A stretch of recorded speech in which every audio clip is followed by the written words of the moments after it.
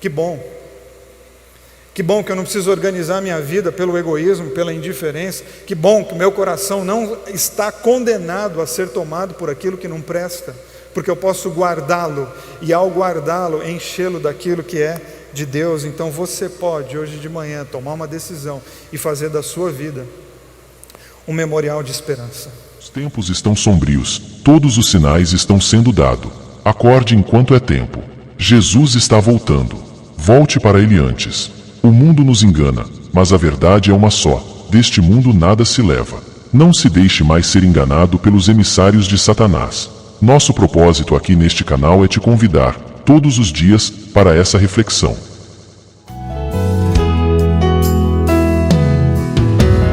Mas o Deus que me enviou aqui sabe de tudo. Reflexão do dia.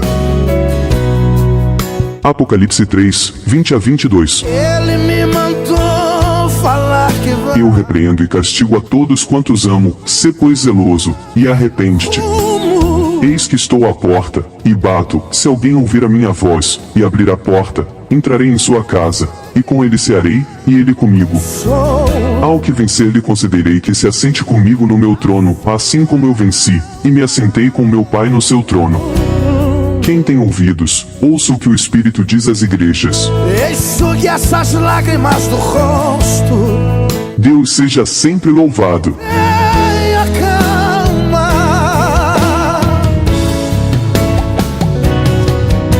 Vai passar. Eu sei que essa luta logo vai passar. Tá doendo, mas não vai querer parar.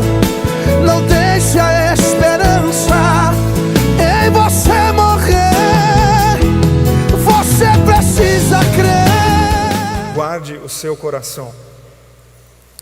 Todas as reflexões, domingo após domingo, nós estamos pensando exatamente em ideias, em princípios e valores que podemos adquirir para guardar o nosso coração, mas a partir de um olhar mais profundo. É de fato um convite a você mergulhar dentro de você mesmo, para você pensar como é que está o seu coração, e a partir disso então começar a negociar o que precisa ser jogado fora e quais as proteções, quais os guardas, quais os seguranças que nós precisamos colocar para que o nosso coração fique devidamente guardado, e especialmente contra o que o nosso coração é mais suscetível, porque nós temos as nossas fraquezas, que são distintas. Cada pessoa lida de uma forma diferente com cada tipo de proposta, com cada tipo de tentação. São muitas as possibilidades do ser humano, e lidamos com as coisas também de uma maneira diferente. Então, a proposta, muito mais do que você pensar uma ideia que pode te ajudar, é você pensar quem você é. Muito mais do que 3 passos para ser feliz, muito mais do que 7 pensamentos para uma vida frutífera, muito mais do que isso, porque isso é muito superficial.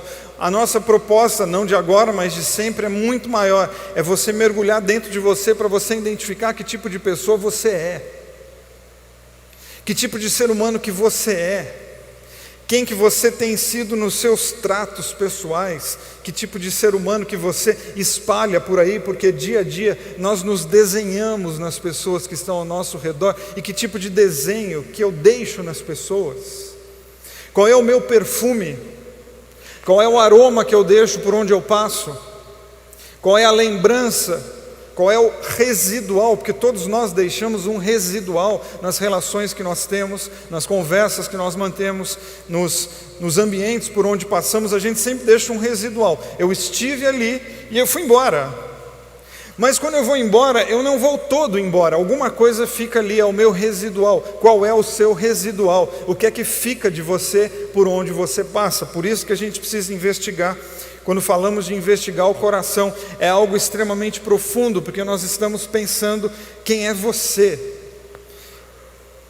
É o assunto que é tratado como novidade hoje do autoconhecimento. Autoconhecimento não é papo novo, autoconhecimento é coisa muito velha. as religiões, o cristianismo e tantas outras estão falando sobre autoconhecimento. Faz muito tempo a filosofia fala sobre autoconhecimento. Há milênios. Conhece-te a ti mesmo. Você precisa saber quem você é. Antes de qualquer coisa, antes de tratar qualquer questão, você precisa saber quem você é.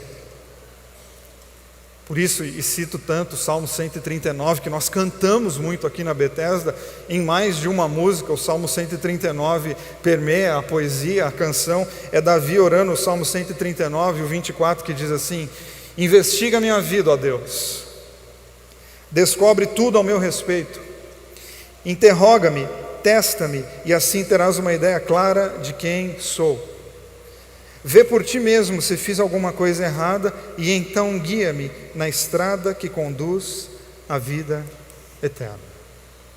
Que desafio, que oração, que coragem de mergulhar dentro de si mesmo e pedir por companhia, por auxílio, como orientador desse mergulho, ninguém mais, ninguém menos do que Deus. Deus, me ajuda a descobrir quem eu sou, investiga a minha vida, vê por ti mesmo, traz à tona. E esse negócio de trazer à tona é às vezes extremamente constrangedor, porque o que a gente quer não é trazer à tona, é exatamente abafar algumas coisas, jogar algumas coisas para debaixo do tapete. Aí vem esse caminho de espiritualidade, essa religião, o cristianismo. Aí vem a Bethesda com a sua espiritualidade viva para dizer assim: você não precisa se esconder, você pode se expor, porque onde existe amor e graça, a exposição ela não culpabiliza, a exposição traz integridade para que você trate as questões mais ocultas do teu coração. Mas vivemos nessa lógica de aparência, e a gente tem que proteger a nossa aparência, e aí nós vamos nos escondendo e colocando sorrisos plásticos e oferecendo coisas que não temos para, às vezes, pessoas que nem gostamos. E isso vai tornando a nossa vida cada vez mais sem gosto, sem brilho e sem sentido. E aí vem o Provérbios, e agora como um grande desafio: acima de todas as coisas, guarde o teu coração, porque dele depende toda a sua vida. Alguém aqui já tinha lido esse versículo antes da Bethesda ter como tema do mês? Porque nós temos os versículos top 5, né?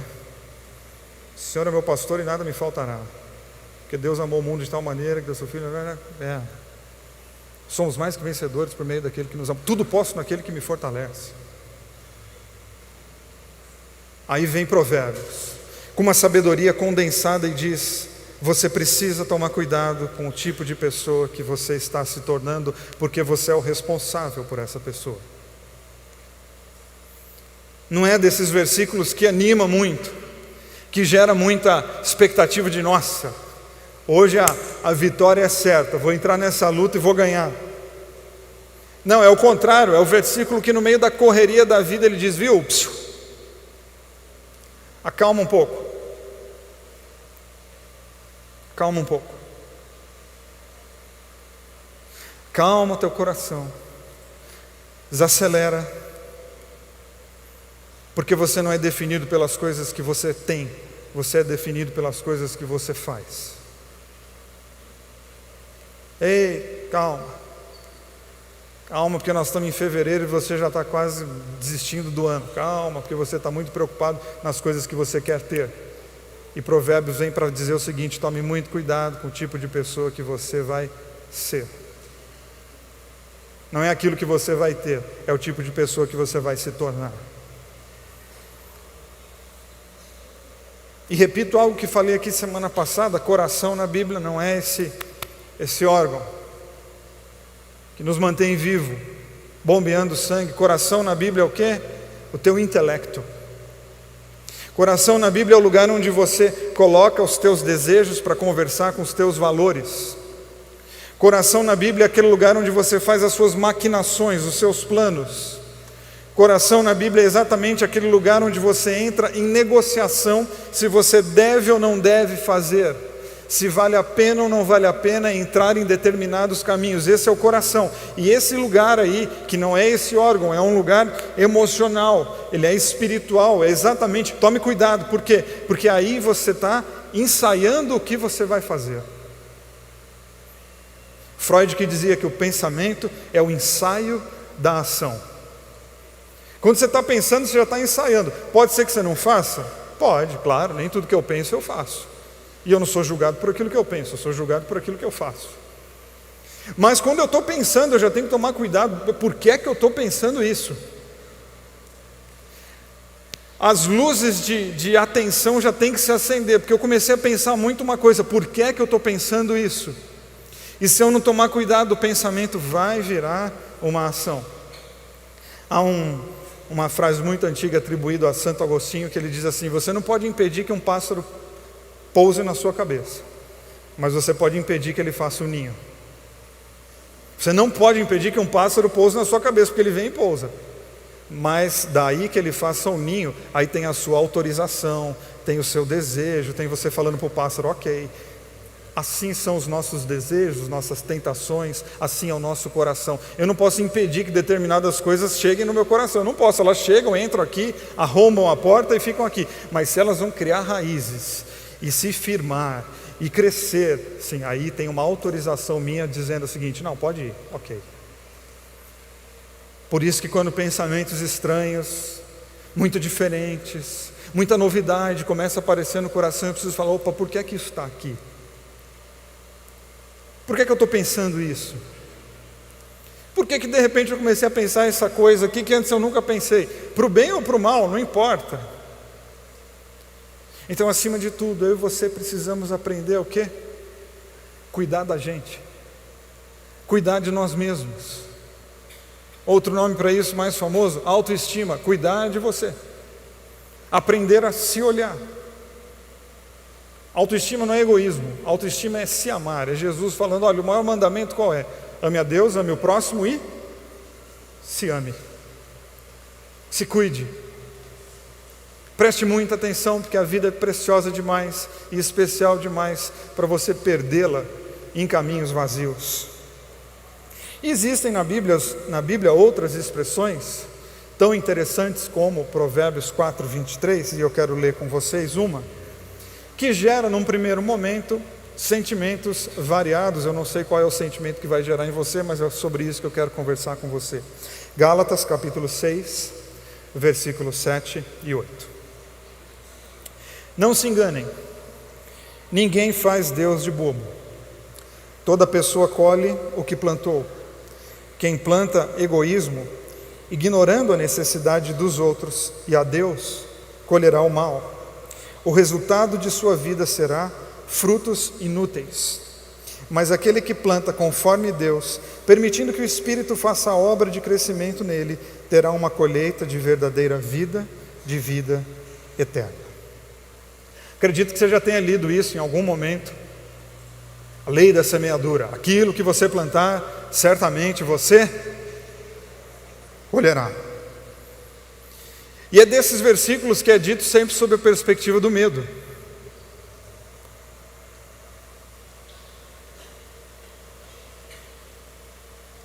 Agora, o versículo tem a conotação do medo,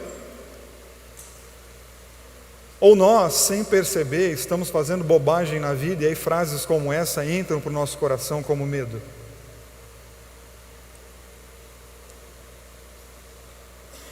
Exemplo do dia a dia aqui: você está com alguma culpa no cartório aí, no Serasa Existencial você está com o nome lá, no CPF, no SPC, teu CPF está no SPC, que você está fazendo alguma bobagem.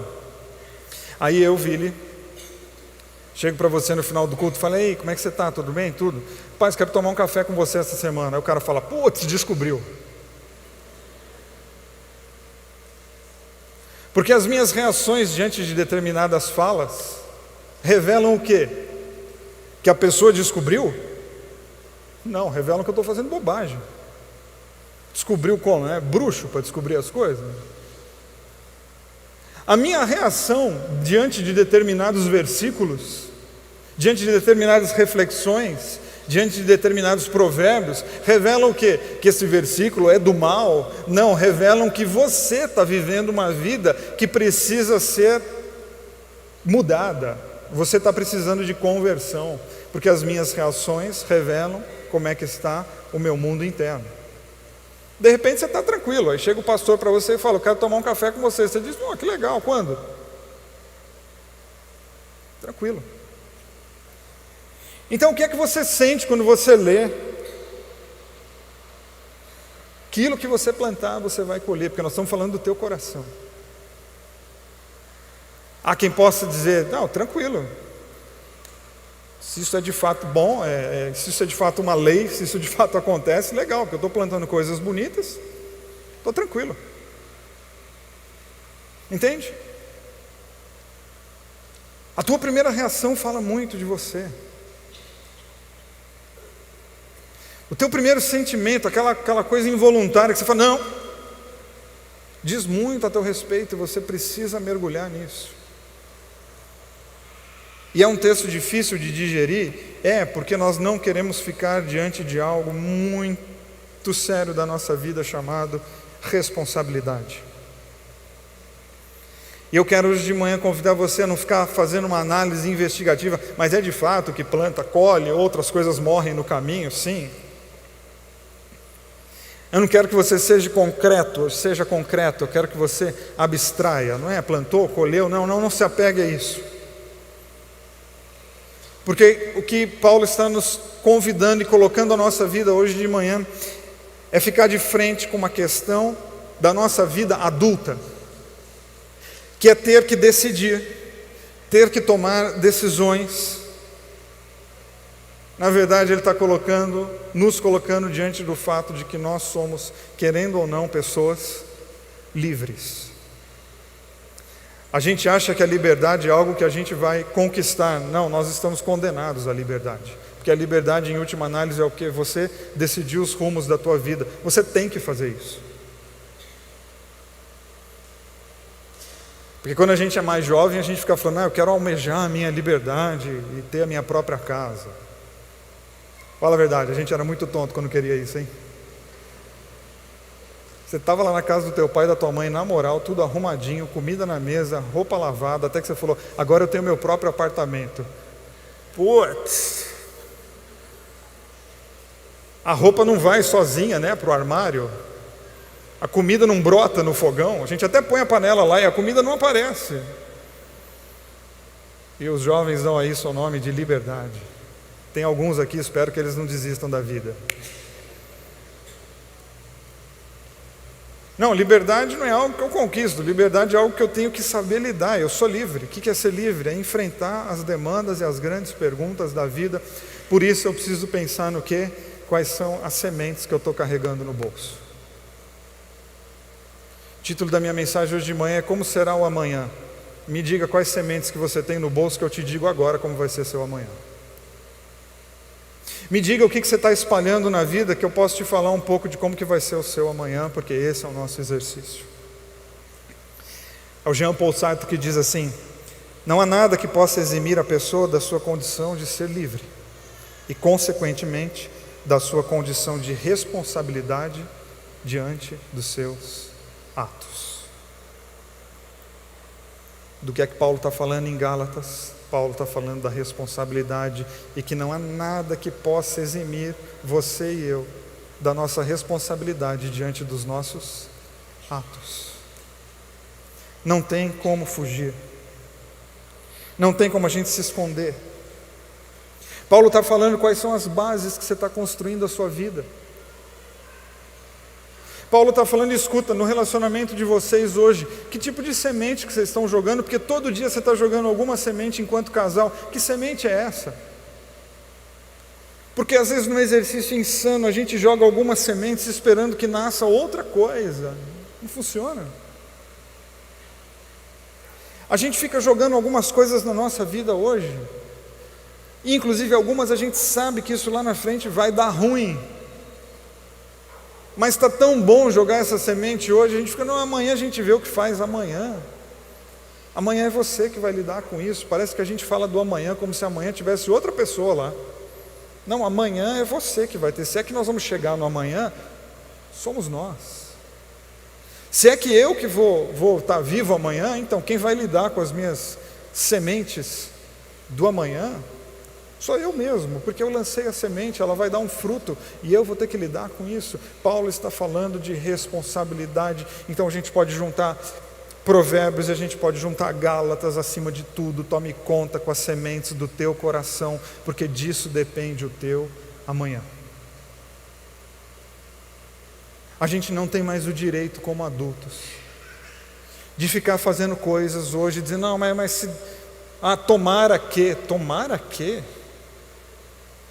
Não, mas de repente bate um vento aí, muda tudo. Não, eu não posso contar com o tomara que. Pode bater um vento? Pode bater um vento. O inesperado pode acontecer? Pode, por isso que ele chama inesperado. O acaso pode alterar as coisas? Pode, por isso que ele chama acaso. Mas eu não posso organizar minha vida no tomara que, no inesperado, no acaso. Eu preciso pensar o seguinte, o que é que eu estou fazendo hoje? Porque hoje o que eu estou fazendo, pode ser que amanhã eu vá andar num delicioso pomar ou que eu vá construir os meus próprios cárceres.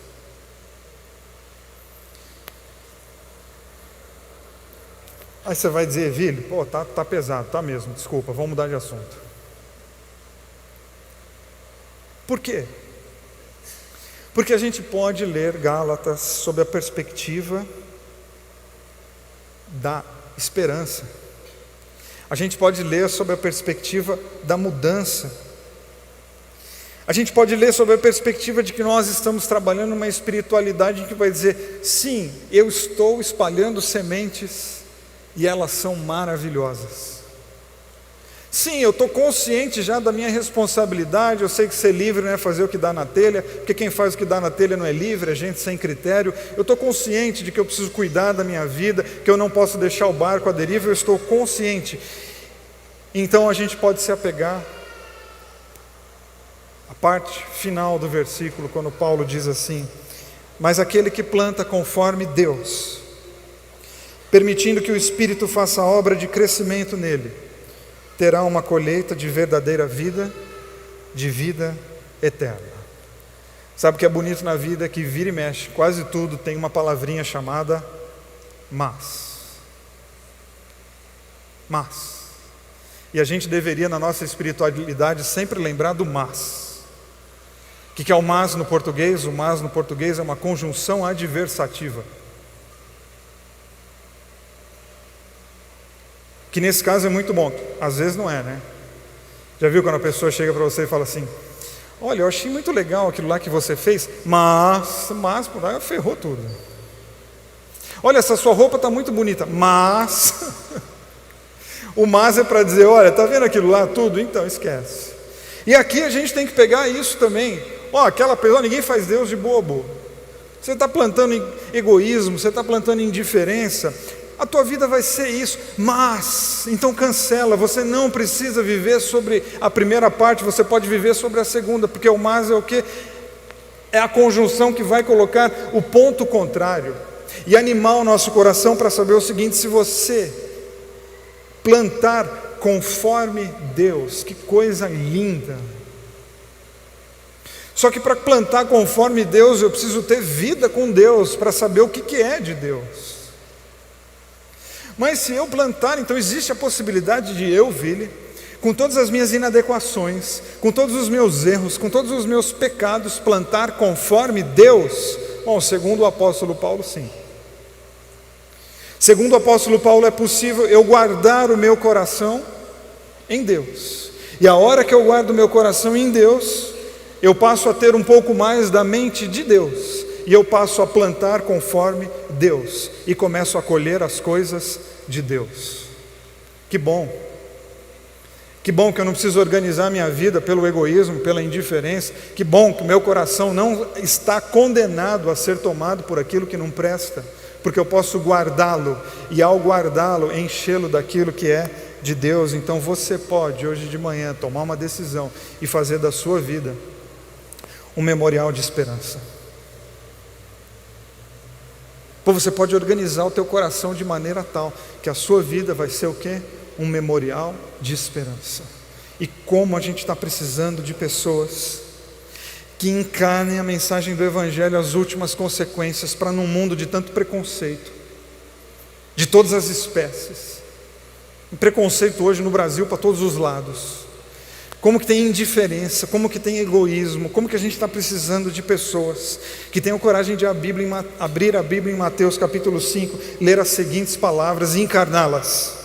Felizes são os pobres de espírito, pois o reino dos céus lhes pertence. Felizes os que choram, pois serão consolados. Felizes os humildes, pois herdarão a terra. Felizes os que têm fome e sede de justiça, pois serão saciados. Felizes os misericordiosos, pois serão tratados com misericórdia. Felizes os que têm coração puro, pois verão a Deus. Felizes os que promovem a paz, pois serão chamados filhos de Deus. Felizes os perseguidos por causa da justiça, pois o reino de Deus lhes pertence. Você pode guardar o seu coração e enchê-lo com essas sementes aqui. Você não precisa encher o teu coração da indiferença, da amargura, do ódio, do egoísmo, do consumismo. Não, você pode encher de humildade, de justiça, de misericórdia, de paz. E essas pessoas que enchem o coração disso são o quê? Sal da terra e luz do mundo. O que define se você vai ser sal da terra e luz do mundo? Quais as sementes que você tem no teu coração? Porque Jesus diz que nós devemos ser sal da terra e luz do mundo. Ou seja, não é aquilo que eu faço, é aquilo que eu sou.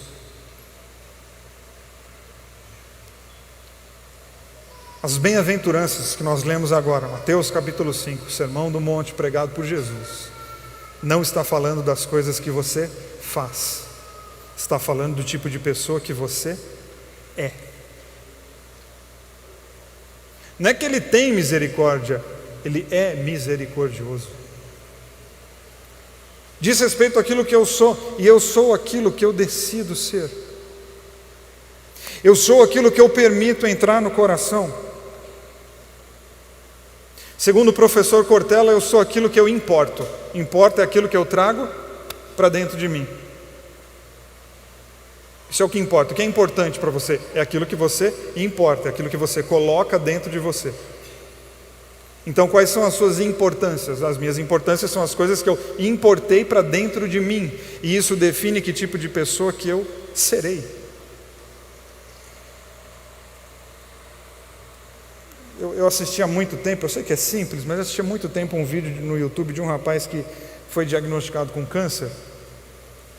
E jovem assim, e ele tinha um cabelão e como tratamento de quimioterapia ele perdeu todo o cabelo. Teve que raspar e perdeu todo o cabelo. Não sei se vocês viram esse vídeo, é muito lindo. Quando ele entra na sala de aula, na faculdade, todo mundo raspou o cabelo.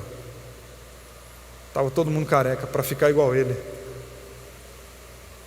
Eu achei aquilo de um símbolo, obviamente, um símbolo tão grande de cara, está doendo em você? Tá, então está doendo na gente também. Porque as bem-aventuranças estão falando do quê? De empatia, é a capacidade que eu tenho de sofrer com você. Simpatia é aquilo que eu sinto por você, empatia é aquilo que eu sinto junto com você. Eu vou trazer a sua dor para perto de mim, e as bem-aventuranças estão falando isso. Cuide do seu coração para que ele tenha sede, para que ele tenha espaço, para você ser um poço de misericórdia, de esperança num mundo de tanta indiferença. Você pode ser, como cantamos aqui, uma ponte, você pode ser um canal, você pode ser como um farol no mundo em que você vive. Você pode, e o que define isso é quais sementes que você está importando para dentro de você. Empatia, compaixão, misericórdia são sentimentos que nascem no nosso coração a partir de uma decisão. O Erich Fromm é um psicanalista, ele dizia assim: o amor é uma atitude. O que é o amor? Amor ao próximo é uma atitude. Não, é que eu fiquei esperando um pozinho de pim-pim-pim cair dentro de mim e eu passar a distribuir amor. Não, amor é uma atitude. O amor é uma atitude que define a tua relação com o mundo. O amor é o quê? O amor é uma semente que eu preciso importar. e ao importar ela cai num bom lugar, e ao cair num bom lugar ela pode dar maravilhosos frutos, mas ela é uma decisão. O reino de Deus é o reino do contraponto. O reino de Deus vem para dizer: eu porém vos digo. O reino de Deus é o reino que diz mas. O sentido que você pode dar para a sua vida não precisa ser esse sentido maior, o caminho comum, não, você pode dar outros.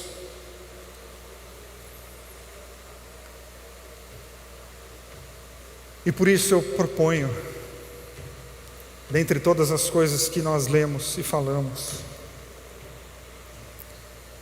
é que você busque sementes, inclusive a semente da humildade.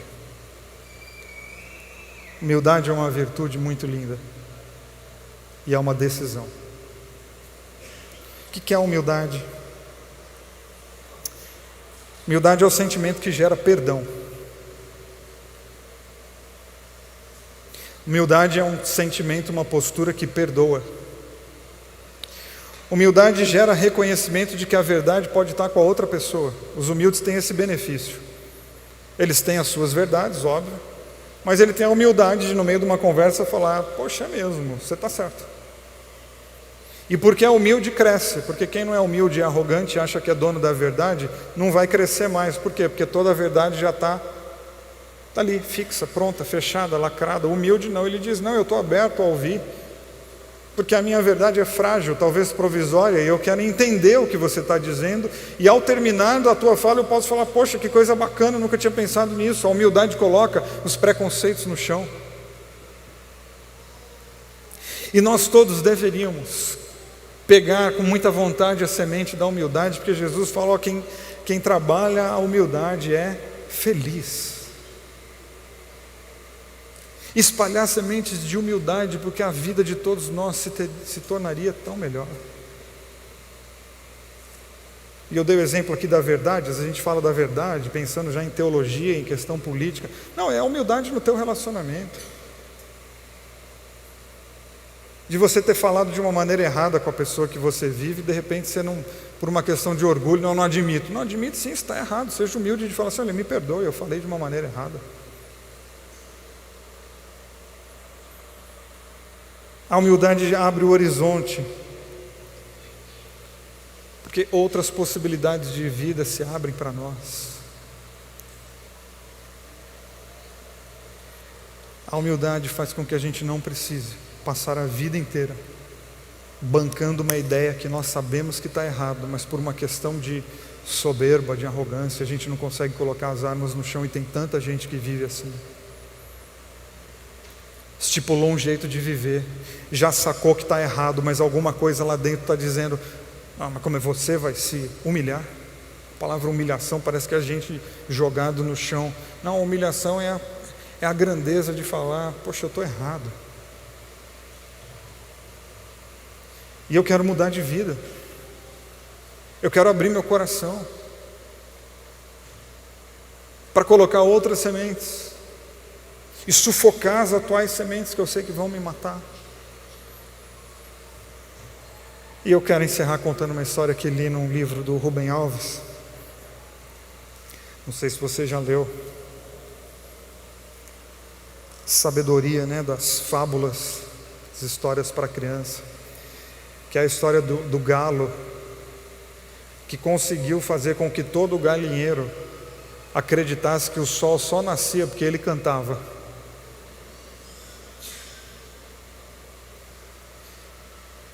Vocês estão rindo, mas tem um monte de galo aqui, viu?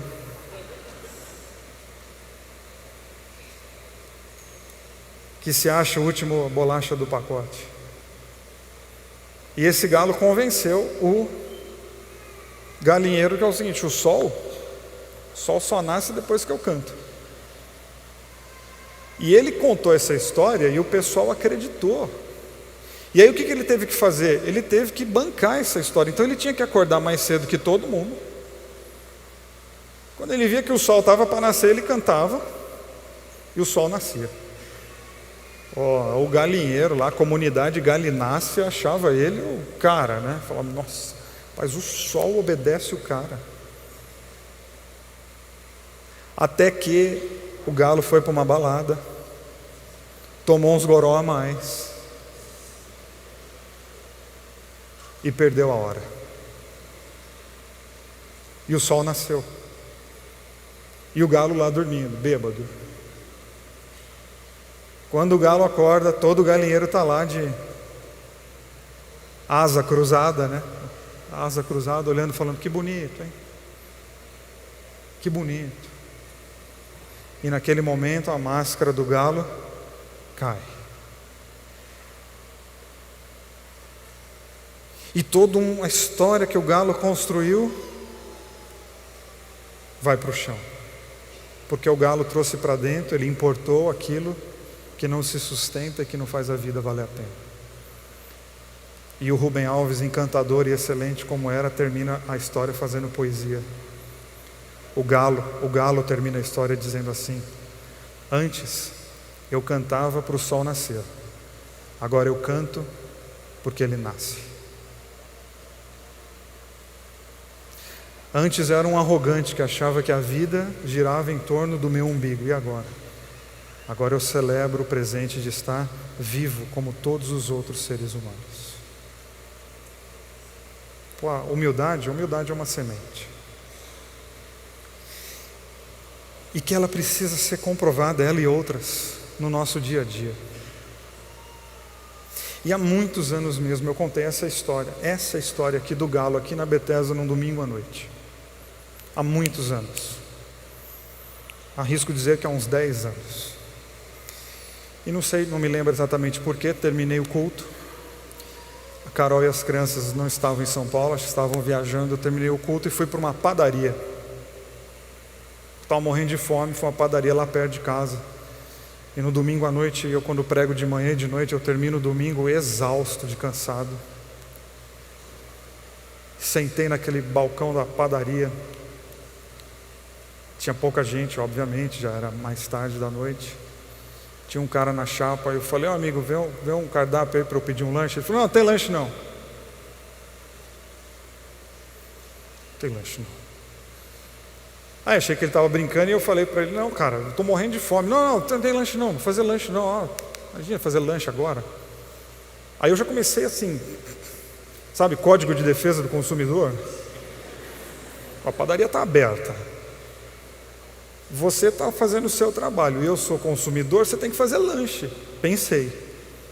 Mas eu estava tão cansado que eu não briguei. Eu não briguei não é porque eu sou bom, não, é porque eu não aguentava. Aí eu falei para ele: então o que eu como? Aí ele falou: vê aí. Aí tinha aquele famoso, como é que chama? Sabe, aquela estufa lá, aquela pizza que já está toda enrugada, que ela estava lá o dia todo. Eu falei: não acredito que eu vou comer essa pizza, sendo que esse cara tem que fazer o lanche para mim. Não, eu vou brigar. E aí alguma coisa dentro de mim falou: bicho, come a pizza e vai embora. Comi a pizza.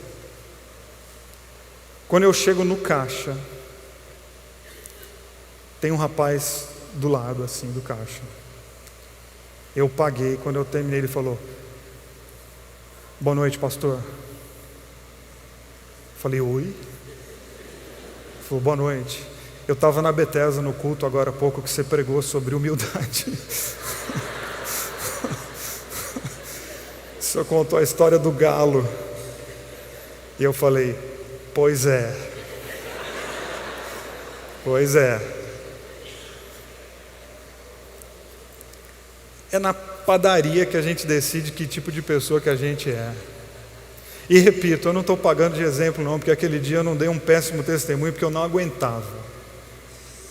Estava cansado. Mas a gente define a pessoa que a gente é na padaria, no trânsito, no futebol. Porque o meu coração tem que estar guardado para quê? Para as grandes coisas da vida? Não, tem que estar guardado para as coisas triviais. As grandes coisas a gente guarda. Se eu for para um super jantar, convidado para falar num jantar, eu vou lá e vou assim: meu, que postura, hein? Mas o que define que homem eu sou é como é que eu trato o chapeiro da padaria perto da minha casa. Porque ali eu vou entender se o meu coração está devidamente guardado nos valores do reino de Deus, ou se eu sou simplesmente uma máscara que no domingo fala coisas bonitinhas para um grupo de pessoas bonitinhas. Mas, porém, todavia, contudo, nós temos em Deus condições e possibilidades de viver de maneira tal que as pessoas vejam as nossas boas obras e glorifiquem o Pai que está nos céus. Amém? Meus amigos e irmãos, as coisas mundanas, às vezes, nos faz sentir que estamos vivendo um mundo de felicidades. Não nos deixam enxergar a realidade e ainda nos mantêm na escuridão. É preciso que alguém nos chame a atenção dessas coisas, que nos faça acordar para a verdadeira vida, vida essa, com Jesus. O momento de despertar é agora. Pare agora e pense nisso.